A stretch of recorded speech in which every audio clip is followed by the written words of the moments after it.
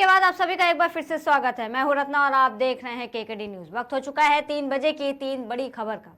बता दें खबर महाराष्ट्र है, जहां शिवसेना यानी कि यूबीटी नेता और मुंबई उत्तर पश्चिम लोकसभा उम्मीदवार अमोल कीर्तिकर ईडी कार्यालय पहुंचे हैं, क्योंकि उन्हें ईडी ने कोविड-19 खिचड़ी घोटाला मामले में तलब किया है। वहीं इस मामले पर पूर्व कांग्रेस नेता संजय निरुपम ने बयान दिया है। बता दें पूर्व कांग्रेस नेता संजय निरुपम ने कहा कि आज मुंबई उत्तर पश्चिम से शिवसेना यूबीटी के उम्मीदवार अमोल कीर्तिकर को ईडी ने बुलाया है। उन्होंने कहा कि निश्चित तौर पर खिचड़ी चोर के खिलाफ कार्रवाई होनी चाहिए। साथ ही उन्होंने संजय राउत पर भी आरोप लगाया और कहा कि खिचड़ी घोटाले के किंग पिन संजय राउत हैं। उन्होंने अपनी बेटी, भाई और पार्टनर के नाम पर पैसे लिए हैं। आगे क्या कुछ कहा, सुनिए। आज 8 अप्रैल है और आज उत्तर पश्चिम विभाग के शिवसेना के जो उम्मीदवार हैं खिचड़ी चोर, उनको ईडी ने बुलाया है। और ईडी इंट्रोगेशन के बाद क्या करेगी मुझे नहीं मालूम है, लेकिन निश्चित तौर पर खिचड़ी चोर के खिलाफ कार्रवाई होनी चाहिए और पूरे उत्तर पश्चिम जिला के मतदारों को पता चलना चाहिए कि उनका जो संभावित उम्मीदवार है वो कितना बड़ा चोर है, कितना बड़ा बेईमान है और कितना बड़ा दलाल है। लेकिन जब खिचड़ी चोर और खिचड़ी स्कैम के ऊपर मैं काम करना शुरू किया तो पता चला कि खिचड़ी घोटाले का असली किंग पिन कोई और है। ये अकेला चोर नहीं है, अकेला खिचड़ी चोर नहीं है। मुझे बड़ा दुख होता है, मैं अपने मित्र के बारे में कुछ कहने जा रहा हूं, लेकिन जो सच है वो कहना पड़ेगा। मुझे इस बात का भी दुख है कि राजकारण में कभी भी परिवार को नहीं घसीटना चाहिए, लेकिन जो पूरा घोटाला जिस तरीके से हुआ है उसमें मुझे अपने मित्र के परिवार के लोगों का जिक्र करना पड़ सकता है, पड़ रहा है। इसका मुझे सुख नहीं है, खुशी नहीं है, बल्कि दुख है। और ये जो पूरे खिचड़ी घोटाले के किंगपिन हैं, ये हैं शिवसेना उबाठा के प्रवक्ता श्री संजय राउत। संजय राउत जी खिचड़ी घोटाले के सूत्रधार हैं। उनको अच्छा नहीं लगेगा मैं उनकी बेटी या भाई के बारे में बोलूंगा तो, लेकिन बड़ा दुर्भाग्यपूर्ण बात है कि जब वो पतराचाल घोटाले में पकड़े गए तो पाया गया कि उन्होंने अपनी पत्नी के नाम पे रिश्वत ली है, किसी बिल्डर से पैसे लिया। पत्नी को नहीं लाना चाहिए था इस पूरे घोटाले में, लेकिन उन्होंने किया था। और ये जो घोटाला हुआ है इसमें उन्होंने अपनी बेटी के नाम पे, भाई के नाम पे और उनका जो पार्टनर है उस पार्टनर के नाम पे पैसे लिए। ये मैं आपको पूरा शीट आपके साथ शेयर करूंगा। एक कंपनी है सह्याद्री रिफ्रेशमेंट, जिसमें राजीव सालुंखे और सुजीत पाटकर वगैरह हैं जो संजय राउत के पार्टनर माने जाते हैं।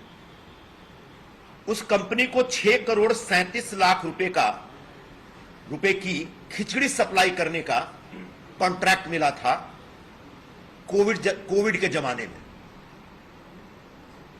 और इस कंपनी से संजय राउत के परिवार ने और उनके मित्रों ने 1 करोड़ रुपए दलाली के तौर पे लिए। वैश्य सहकारी बैंक लिमिटेड, जिसका ब्रांच है परेल ईस्ट में, इस बैंक के खाता नंबर 00311011010001615, इस खाते से उनकी बेटी, जो बेचारी बेगुनाह है, उनकी बेटी मेरी बेटी की तरह है, उसको पता भी नहीं होगा कि सह्याद्री रिफ्रेशमेंट क्या है। उसने शायद सालुंखे को कभी देखा भी नहीं होगा। लेकिन एमबीए और इंडिया अलायंस के जो पूरे संयोजक बनते हैं महाराष्ट्र में, ऐसे संजय राउत जी ने अपनी बेटी, जिसका नाम है विदिता संजय राउत, उसके नाम पे चेक से रिश्वत ली है। पहली रिश्वत है 29 मई 2020, यानी 2020 में 29 मई को 3,50,000 रुपए का पेमेंट आता है। विदिता के अकाउंट में। 26 जून 2020 को 5 लाख का पेमेंट आता है। 7 अगस्त 2020 को 1,25,000 का आता है उस अकाउंट में, विदिता के अकाउंट में। 20 अगस्त 2020 को 3 लाख रुपए का एक चेक आता है उनके अकाउंट में। बिल्कुल इसी तरह से उसी दरमियान संजय राउत जी के भाई हैं, सगे भाई हैं, संदीप राजाराम राउत, उनके अकाउंट में 6 अगस्त 2020 को 5 लाख रुपए का एक चेक आता है इस कंपनी से, सह्याद्री रिफ्रेशमेंट के, जिस अकाउंट नंबर को हमने बताया आपको। और 20 अगस्त को 2020 में 1,25,000 रुपए का चेक आता है। इसके अतिरिक्त जो उनके पार्टनर हैं, जो जेल में भी गए हैं 2-3 केसेस में, सुजीत मुकुंद पाटकर, संजय राउत के ऑफिशियल पार्टनर हैं, उनके अकाउंट में 15 जुलाई 2020 को 14 लाख रुपए, फिर 5 अगस्त 2020 को फिर 14 लाख रुपए, 29 अक्टूबर 2020 को 10 लाख रुपए, 17 दिसंबर 2020 को 1,90,000 रुपए और 12 जनवरी 2021 को फिर से 1,90,000 रुपए आते हैं इनके अकाउंट में। ये जो सह्याद्री रिफ्रेशमेंट है, जो इसके बारे में जब जांच हुई तो पाया गया कि इनको 33 रुपए में 300 ग्राम खिचड़ी सप्लाई करने का, फ्री में सप्लाई करने का कॉन्ट्रैक्ट मिला। कोविड के जमाने में सबको पता है कि लोगों के काम धंधे बंद हो गए थे, सैलरी नहीं मिल रही थी, दुकानें बंद थी, हाहाकार मचा हुआ था। ऐसे गरीब लोग, कमजोर लोग, जो प्रपट्टियों में रहने वाले, चालियों में रहने वाले लोग, ऐसे लोगों को फ्री में भोजन सप्लाई करने का ये कॉन्ट्रैक्ट, ये काम, ये योजना बीएमसी ने शुरू की। आज 8 अप्रैल है।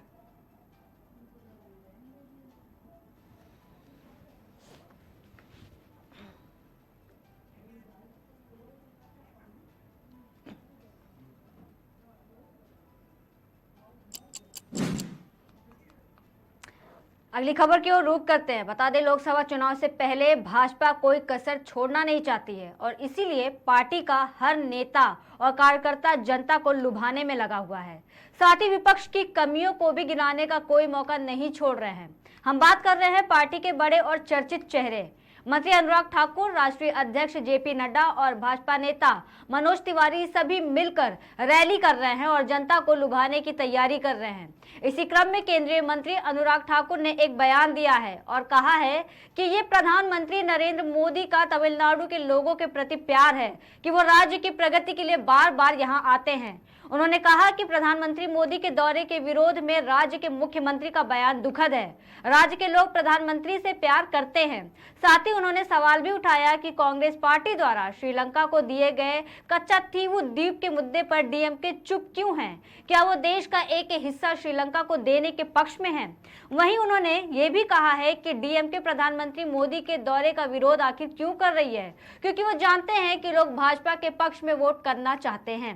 वहीं भाजपा के राष्ट्रीय अध्यक्ष जेपी नड्डा लगातार रैलियां कर रहे हैं और जनता को संबोधित कर रहे हैं। इस दौरान उन्होंने कहा है कि कांग्रेस पार्टी को जनता ने बार बार नकारा है, लेकिन इसके बावजूद कांग्रेस तुष्टीकरण की राजनीति पर आमादा है। वहीं उन्होंने ये भी कहा है कि मैंने कांग्रेस के घोषणा पत्र को देखा तो मुझे आश्चर्य हुआ कि ये कांग्रेस का घोषणा पत्र है या मुस्लिम लीग का घोषणा पत्र है। जिस मुस्लिम लीग ने 1929 में धर्म के आधार पर आरक्षण की बात कही थी, आज उसी बात को कांग्रेस पार्टी दोहरा रही है। आज अल्पसंख्यकों की जिस प्रकार धर्म के आधार पर आरक्षण की बात की गई है, कांग्रेस को यह स्पष्ट करना पड़ेगा। कांग्रेस पर हमला करते हुए उन्होंने राहुल गांधी से सवाल किया कि राहुल गांधी जवाब दे कि वायनाड में नामांकन के दौरान कांग्रेस पार्टी के झंडे गायब क्यों हो गए। वहीं इसी क्रम में भाजपा नेता मनोज तिवारी ने कहा कि आज देश में हर जगह मोदी की गारंटी की चर्चा हो रही है। उन्होंने कहा कि जिन लोगों ने कई सालों तक इस देश को चलाया है वो लोग इसीलिए परेशान हैं क्योंकि उनकी लूट की कमाई और उनके भ्रष्टाचार के तंत्र पर चोट पहुंची है। वहीं देश की जनता ने मोदी जी की गारंटी पर विश्वास कर लिया है। देखिए यह खास रिपोर्ट। कांग्रेस पार्टी को जनता ने बार बार नकारा है, लेकिन इसके बावजूद भी कांग्रेस पार्टी तुष्टीकरण की राजनीति से पर आमदा है और तुष्टीकरण की राजनीति से बाज नहीं आ रही है। मैंने कांग्रेस के मैनिफेस्टो को देखा, मुझे आश्चर्य हुआ कि यह कांग्रेस पार्टी का मैनिफेस्टो है या मुस्लिम लीग का मैनिफेस्टो है। देश को बांटने के लिए और सत्ता को हथियाने के लिए कहां तक कांग्रेस पार्टी जा सकती है, इसका अंदाजा नहीं लगाया जा सकता। जिस मुस्लिम लीग ने 1929 में धर्म के आधार पर आरक्षण की बात कही थी, आज उसी बात को कांग्रेस पार्टी दोहरा रही है। यानी सत्ता की लोलुपता में, सत्ता के लालच में देश को कहां पहुंचाएगी कांग्रेस पार्टी, इसका अंदाजा लगाना भी मुश्किल है। आज माइनॉरिटी के लिए जिस तरीके से धर्म के आधार पर आरक्षण की बात हो रही है और जो 50% से अधिक आरक्षण की बात है, वो किसके लिए आरक्षण करने की बात कर रही है, कांग्रेस पार्टी को यह स्पष्ट करना पड़ेगा। और मैं ये भी कहना चाहता हूं, देश भूल न जाए, यूपीए की सरकार में इन्होंने एक ऐसा कानून बहुसंख्यक समाज के खिलाफ बनाया था जो पार्लियामेंट से पास नहीं हो सका, लेकिन कांग्रेस पार्टी की मंशा साफ हुई थी। ये मेजॉरिटिज्म के खिलाफ जिस तरीके की रणनीति और राजनीति कर रहे हैं और तुष्टीकरण की राजनीति कर रहे हैं, देश ने इनको माफ नहीं किया है और आगे भी माफ नहीं करेगी। ये चाहते हैं कि देश फट जाए, लेकिन इनकी सत्ता की भूख समाप्त न हो। मैं यहां यह भी कहना चाहता हूं, मुझे राहुल गांधी जवाब दे कि वायनाड में नामांकन पत्र में के जुलूस में कांग्रेस पार्टी के झंडे क्यों गायब हो गए? ये तुष्टीकरण की राजनीति कहां तक जाएगी? सिर्फ मुस्लिम लीग को भाए ना, इस कारण से कांग्रेस पार्टी अपने झंडे तक को हटा दे। यह देश बांटने की जो चाल है और तुष्टीकरण के आगे जो घुटने टेकने का इनका रवैया है, इसको देश माफ नहीं करने वाला है। कांग्रेस को अपने घोषणा पत्र के अंदर जिस तरीके से तुष्टीकरण के बारे में उन्होंने कहा है और जिस तरीके से उन्होंने आरक्षण के बारे में कहा है, उसका स्पष्टीकरण देना पड़ेगा। देश जान को बताना पड़ेगा कि देश में इस तरीके की राजनीति जो सत्ता के लोलुपता में आप एक समाज को बांटने का प्रयास कर रहे हो, उसको देश कदापि माफ नहीं करेगा। कांग्रेस को उसका जवाब देना पड़ेगा। देश के गली गली में मोदी के गारंटी की चर्चा है और मोदी के गारंटी का विरोध क्यों कर रहा है विपक्ष? मोदी जी गारंटी देते हैं और वो गारंटी पूरे होने की गारंटी हो जाती है। अब जिन लोगों ने 60-65 साल तक इस देश को चलाया, लूटा, इस देश के संस्कृति को रौंदा, वो लोग इसलिए परेशान हैं कि उनकी लूट की कमाई, उनके लूट के जाल, उनके भ्रष्टाचार के तंत्र पे चोट पहुंची है। गारंटी ये भी है कि आपके भ्रष्टाचार के तंत्र पे चोट पहुंचेगी और नरेंद्र मोदी ने जब भ्रष्टाचार के तंत्र पे चोट पहुंचाने की गारंटी दी है तो वो भी पूरी हो रही है। तो ऐसे में ये देश की जनता ने नरेंद्र मोदी जी के गारंटी पे विश्वास कर लिया है और ये विपक्ष अगर इसका विरोध करता है तो विपक्ष इस देश की खुशहाली का विरोधी है, गरीबों के घर पे जाने वाली सुविधाओं का विरोधी है और शांति अमन से रहने वाले सुरक्षित भाव का विरोधी है। और ये देश विपक्ष को जवाब देगा। नरेंद्र मोदी जी को तीसरी बार देश का प्रधानमंत्री बना के। It is the Prime Minister Modi's love towards Tamil Nadu, for the people of Tamil Nadu, for the art, culture, history, traditions of Tamil Nadu, that he comes time and again to Tamil Nadu for the progress of Tamil Nadu.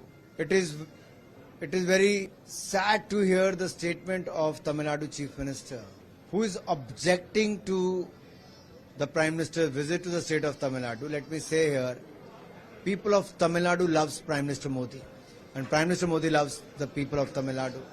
He wants to see the progress of Tamil Nadu.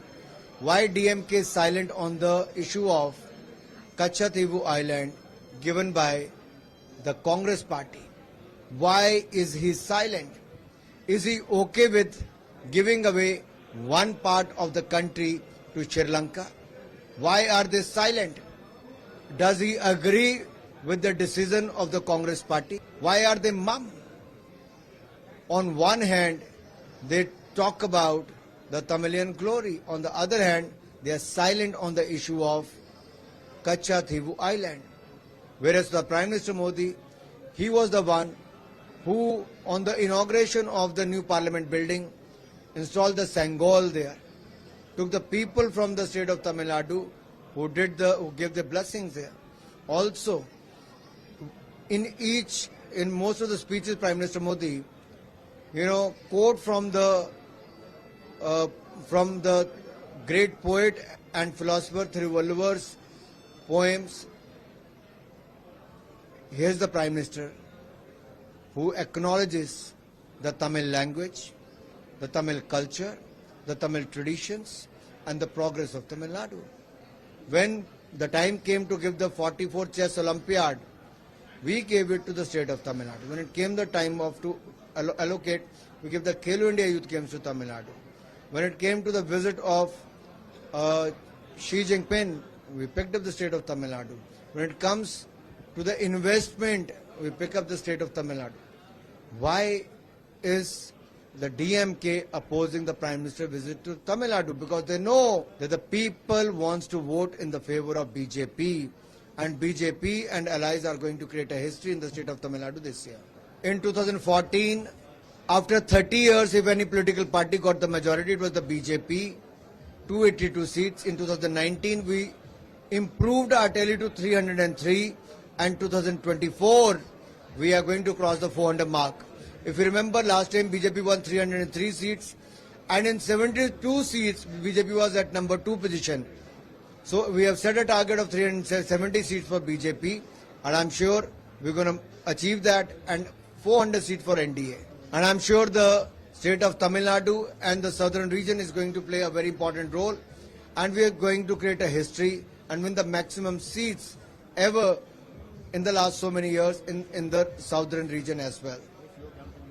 My campaign is good. I'm already 4-time MP, and this is the 5th term I'm going to contest.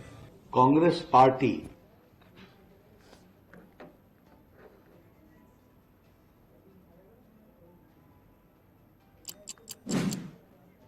Lok Sabha चुनाव से पहले आम आदमी party के ऊपर ED की तलवार लटक रही है। बता दें, फिर आप नेता थमने का नाम नहीं ले रहे हैं। आप नेता संजय सिंह हो या फिर मंत्री आतिशी, पार्टी के दोनों ही बड़े चेहरे रुकने का नाम नहीं ले रहे हैं। जीत का दावा करने के साथ साथ बीजेपी पर लगातार हमला बोल रहे हैं। एक बार फिर इलेक्टोरल बॉन्ड को लेकर आप सांसद संजय सिंह ने एक बड़ा बयान दिया है। उन्होंने कहा है कि इलेक्टोरल बॉन्ड के नाम पर भ्रष्टाचार हुआ है, टैक्स में छूट भी दी गई है। इस दौरान संजय सिंह ने सुप्रीम कोर्ट का धन्यवाद किया कि उन्होंने पूरा डेटा जनता के सामने रखा। उन्होंने कहा कि मैं जो खुलासा कर रहा हूं उसकी पूरी श्रृंखला ये है कि 33 कंपनियां ऐसी हैं जिन्होंने 7 साल में 1 लाख करोड़ रुपए का घाटा उठाया है और भाजपा को 450 करोड़ रुपए का चंदा दिया है। वहीं 17 कंपनियां ऐसी हैं जिन्होंने या तो शून्य टैक्स चुकाया है या फिर उन्हें टैक्स में छूट मिली है। इस दौरान संजय सिंह ने भाजपा पर भी गंभीर आरोप लगाए और कहा कि 6 कंपनियों ने भाजपा को 600 करोड़ रुपए का चंदा दिया है। वहीं दिल्ली की मंत्री और आप नेता आतिशी भी सरकार पर लगातार बरसती हुई नजर आई हैं। बता दें, मंत्री आतिशी असम पहुंची हैं, जहां उन्होंने असम के लोगों को लुभाने का भरपूर प्रयास किया है। उन्होंने कहा है कि आपको असम के लोगों से हमेशा प्यार मिला है, उन्हें आप पर भरोसा है और इसलिए हम यहां 2 सीटों पर चुनाव लड़ रहे हैं। जिस तरह से गठबंधन हुआ है वो दुखद है। अन्य राज्यों में भी ऐसा होना चाहिए था, लेकिन फिर भी मुझे विश्वास है कि आम आदमी पार्टी राज्य में अपना खाता खोलने में सक्षम होगी। असम में प्रमुख मुद्दों में से एक CAA है, जिसका आप विरोध करती है।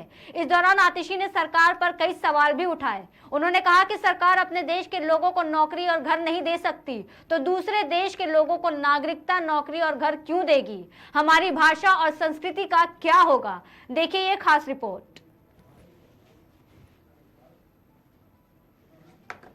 पिछले कुछ वर्षों में पर्दे के पीछे देश की जनता से छिपाकर हजारों लाखों करोड़ का भ्रष्टाचार देश की मोदी सरकार ने किया है, भारतीय जनता पार्टी की सरकार ने किया है। इसका खुलासा आपके सामने करना चाहता हूं। और यह भ्रष्टाचार इलेक्टोरल बॉन्ड के नाम पर हुआ है। इलेक्टोरल बॉन्ड के नाम पर यह घोटाला, यह भ्रष्टाचार हुआ।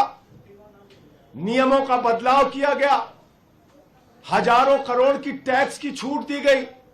लाखों करोड़ को कंपनियों को ठेका दिया गया और ये सब कुछ पर्दे के पीछे चल रहा था। मैं तो धन्यवाद देना चाहता हूं माननीय सर्वोच्च न्यायालय का, जिन्होंने मुंह से, छाती से, दिमाग से जहां जहां इनका डाटा छुपा हुआ था वो सारा का सारा डाटा खींच के देश की जनता के सामने निकाल के रख दिया। मैं धन्यवाद देना चाहता हूं माननीय सर्वोच्च न्यायालय का। और आज जो मैं खुलासा करने जा रहा हूं इसकी तो पूरी सीरीज अब चलेगी कि कितनी बड़ी घोटालेबाज पार्टी है भारतीय जनता पार्टी और कितने बड़े महाभ्रष्ट सरकार हिंदुस्तान की इस समय चल रही है मोदी सरकार।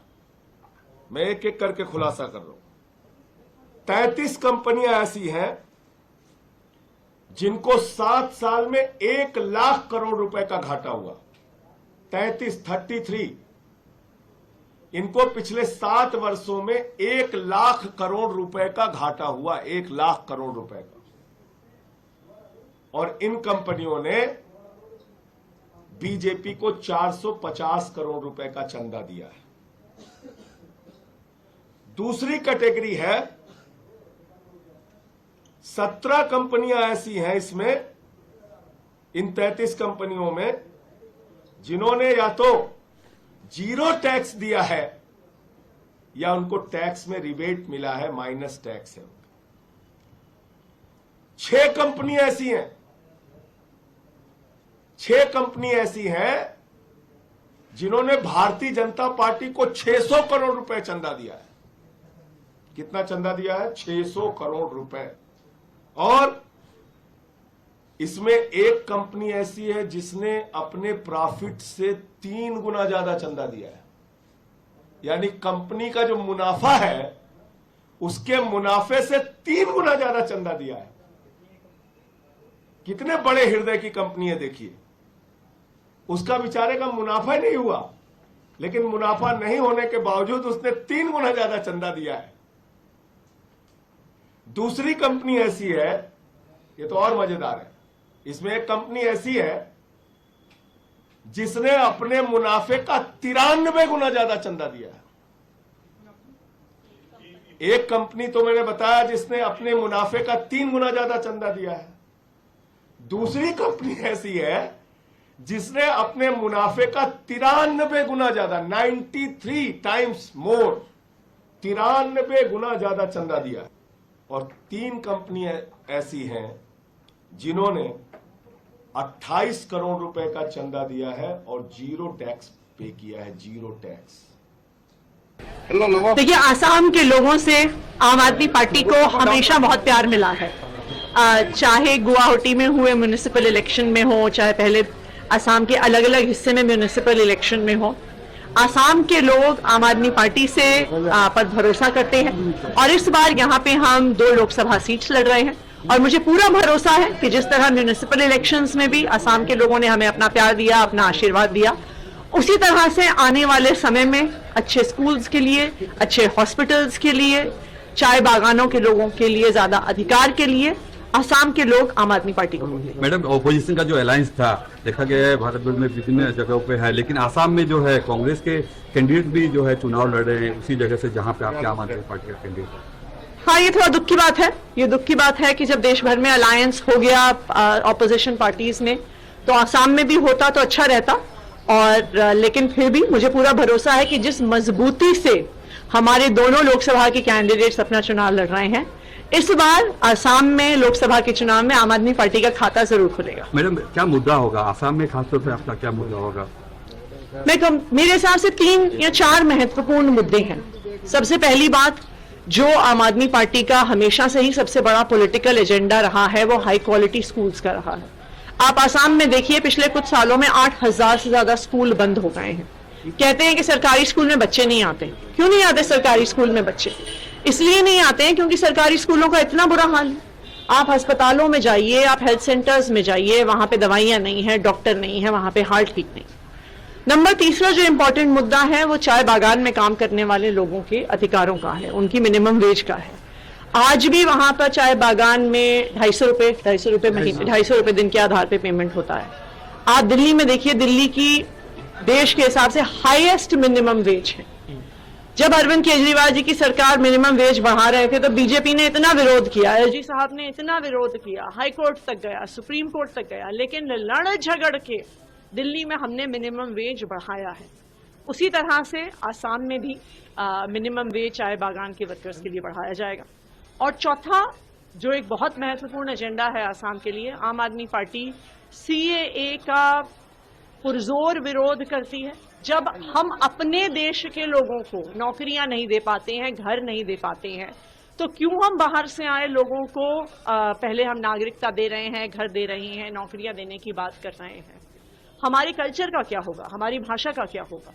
तो ये हमारे इम्पोर्टेंट मुद्दे रहेंगे आने वाले चुनाव में। और मुझे उम्मीद भी है, मुझे भरोसा भी है कि आसाम के लोग, डिब्रूगढ़ के लोग, सोनितपुर के लोग आम आदमी पार्टी पे अपना भरोसा। मैडम, इसके भारतीय जनता पार्टी की यहाँ सरकार है, राज्य सरकार है, एक के बाद एक स्कीम अनाउंस कर देती है सबसे ज़्यादा, खासतौर पर महिलाओं के लिए जो स्कीम है, और फ्री भी खासतौर पर कहें तो एक के बाद एक स्कीम जो है लॉन्च करी है। चुनाव से पहले उन्होंने काफ़ी स्कीम लॉन्च की है, तो इसका क्या जवाब होगा आपका? देखिए, चुनाव से पहले जो स्कीम लॉन्च होती है, हमारे पहले 5 दिन पहले हेमंत बिस्वा शर्मा जी की सरकार आज तो आई नहीं है। अगर उन्हें वास्तविक तौर पे महिलाओं के लिए काम करना होता, गरीबों के लिए काम करना होता, तो उन्हें चुनाव का इंतजार करने की क्या जरूरत थी? वो पहले ही कर सकते थे। एक चुनी हुई सरकार में पार्टी स्कीम के आधार पे वोट मांग रही है, नई स्कीम के आधार पे वोट मांग रही है, इसका मतलब ही है कि उन्होंने कोई काम नहीं किया है। अगर उन्होंने काम किया होता तो अपने काम के आधार पर वोट मांगते, जैसे अरविंद केजरीवाल दिल्ली में जाके अपने काम के आधार पर वोट मांग रहे हैं, हेमंत बिस्वा शर्मा जी भी मांगते। पिछले कुछ वर्षों में पर्दे के पीछे